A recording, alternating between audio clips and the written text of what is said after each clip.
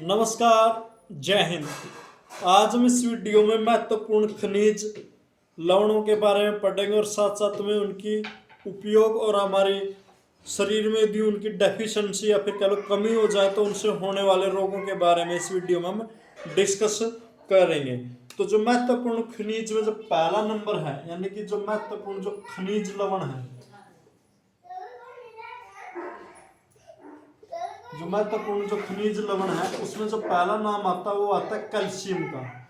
यानी कि कैल्शियम है जो ये हमारे शरीर के लिए क्यों महत्वपूर्ण है और किस में इसकी आवश्यकता होती है। तो जो कैल्शियम है सबसे ज्यादा महत्वपूर्ण किसके लिए है?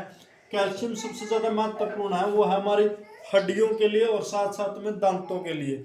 यानी कि जो दांत है और जो बड़ी हड्डी है उसके लिए सबसे इंपॉर्टेंट क्या है? कैल्शियम है। क्योंकि यदि अपने शरीर में यदि कैल्शियम की कमी हो जाती है तो हमारी हड्डियों और दांतों में काफी मात्रा में दर्द महसूस होने लग जाता है। और कैल्शियम की कमी से शरीर में कौन सा रोग होता है? वो रोग होता है अस्थि भंगुरता नामक एक रोग होता है शरीर में, जो कि किसकी कमी से होता है? कैल्शियम की कमी से हमारे शरीर में होता है। और साथ साथ में जो हमारी हड्डियां है, हड्डी की जो पेशियां हैं उसके लिए भी कैल्शियम काफी इंपॉर्टेंट है। तो कैल्शियम किस किस के लिए इंपॉर्टेंट है? दांतों के लिए, हड्डियों के लिए, हड्डियों के लिए और अपने जो हड्डियां हैं, हड्डियां की जो पेशियां हैं उसके लिए ये इंपॉर्टेंट है भाई। ठीक है। उसके बाद हम बात करेंगे पोटासियम की। यानी कि पोटासियम है ये किसके लिए इंपॉर्टेंट है भाई? जो पोटासियम है हमारे शरीर में के लिए काफी महत्वपूर्ण है। जो हमारे शरीर की जो कोशिकाएं हैं उसके लिए भी ये काफी महत्वपूर्ण है।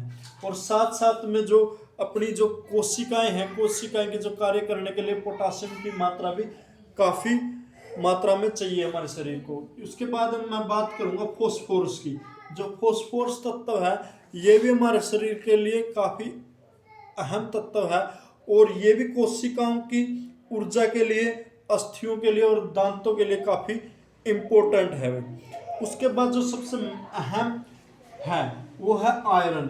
यानी कि जो चौथे नंबर पे आता है वो आयरन। आयरन हमारे लिए काफी इंपॉर्टेंट है क्योंकि हमारे जो शरीर में लाल रक्त कणिकाएं होती है, लाल रक्त कणिकाओं में जो हीमोग्लोबिन होता है, हीमोग्लोबिन का जो अहम कंटेंट है वो क्या होता है? आयरन होता है। और यदि हमारे शरीर में आयरन की कमी हो जाए तो आयरन की कमी होने से, यानी कि लोहे की कमी होने से एक रोग होता है जिसका नाम क्या है? एनीमिया। एनीमिया नामक रोग अपने शरीर में हो जाता है यदि लोहे की हमारे शरीर में कमी हो जाए। और साथ साथ में जो आयरन है ये इसलिए भी महत्वपूर्ण है क्योंकि जो अपनी कोशिकाएं हैं, अपनी सेल है, जो सेल में जो कार्बन डाइऑक्साइड और ऑक्सीजन का जो प्रवाह करता है, यानी कि ट्रांसपोर्ट करता है, उसमें भी काफी इसका अहम योगदान होता है, यानी कि लोहे का। और साथ साथ में आपने देखा होगा जो भी गर्भवती महिलाएं होती हैं उनको आयरन की या फिर कह लो फोलिक एसिड की टेबलेट दी जाती है। और टेबलेट इसलिए दी जाती है ताकि महिलाओं में लोहे की कमी ना हो और जो उनकी कोशिका में जो ऑक्सीजन का संचारण है वो प्रॉपर तरीके से हो सके। तो उसके बाद हम बात करेंगे यानी कि मैग्नीशियम की। यानी कि मैग्नीशियम है, मैग्नीशियम भी काफ़ी इम्पोर्टेंट है यानी कि हमारे शरीर के लिए।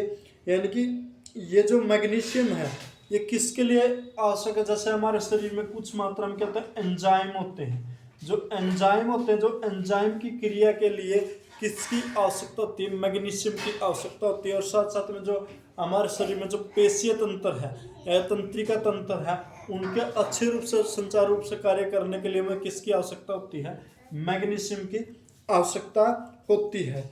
उसके बाद हम बात करेंगे जैसे तांबा है, जस्ता है, कॉपर है।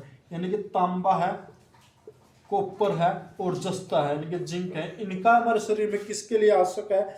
ये भी हमारे शरीर में एंजाइम के निर्माण के लिए काफी योगदान देते हैं। और साथ साथ में जो प्रोटीन है, प्रोटीन के निर्माण में भी इनका काफी योगदान है। उसके बाद हम बात करेंगे आयोडीन का। जो आयोडीन है, आयोडीन भी हमारे शरीर के लिए काफी आवश्यक है। और जो ये आयोडीन हमें किससे मिलता है? हमें भोजन करते हैं, भोजन में जो नमक होता है, नमक में किसकी मात्रा होनी चाहिए? आयोडीन की, नमक की होना चाहिए। जो हम नमक इस्तेमाल करने हैं तो उसमें क्या होना चाहिए? आयोडीन होना चाहिए। क्योंकि आयोडीन की यदि हमारे शरीर में कमी हो जाती है तो आयोडीन की कमी से एक रोग होता है जिसका नाम है गेंगा, यानी कि गेंगा रोग हो जाता है। और कई बार एग्जाम में पूछा भी जाता है भाई आयोडीन की कमी से शरीर में कौन सा रोग होता है, और होता है गेंगा रोग हो जाता है भाई। उसके बाद है यानी कि सोडियम। सोडियम जो काफ़ी इम्पोर्टेंट है, और जो सोडियम इसलिए भी इम्पोर्टेंट है क्योंकि सोडियम किसके लिए आवश्यक है, सोडियम हमारे शरीर की जितनी भी कोशिकाएं हैं उसकी जांच के लिए और उसके कार्य के लिए काफ़ी इम्पोर्टेंट है।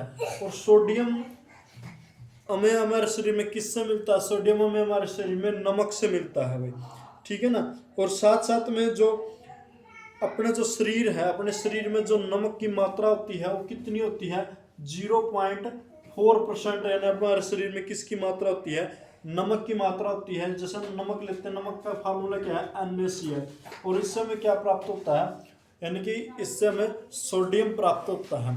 और सोडियम हमारे शरीर में इसलिए भी आवश्यक है क्योंकि यदि हमारे शरीर में सोडियम की कमी हो जाए तो हमारा जो ब्लड प्रेशर है, यानी कि ब्लड प्रेशर है वो क्या हो जाता है, लो हो जाता है। तो इसलिए भोजन में उचित मात्रा में नमक की या फिर कह लो सोडियम की मात्रा होनी चाहिए, क्योंकि यदि सोडियम की मात्रा कम हो जाए तो हमारे शरीर में बीपी है, जो ब्लड प्रेशर है, वो भी कम हो जाएगा। इसलिए रुधिर का जो प्रवाह है उसको मेंटेन करने के लिए भी किसकी आवश्यकता होती है, सोडियम की आवश्यकता होती है। लेकिन ज़्यादा मात्रा में सोडियम की मात्रा में भोजन में होने के कारण यदि सोडियम की मात्रा, हमारे नमक की मात्रा हमारे शरीर भोजन में ज़्यादा होगी तो हमारा क्या होगा, बीपी क्या हो जाएगा, इंक्रीज हो जाएगा।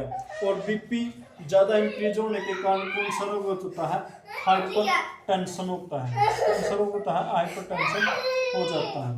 तो ये क्या था, महत्वपूर्ण तत्व थे और उनके उपयोग थे।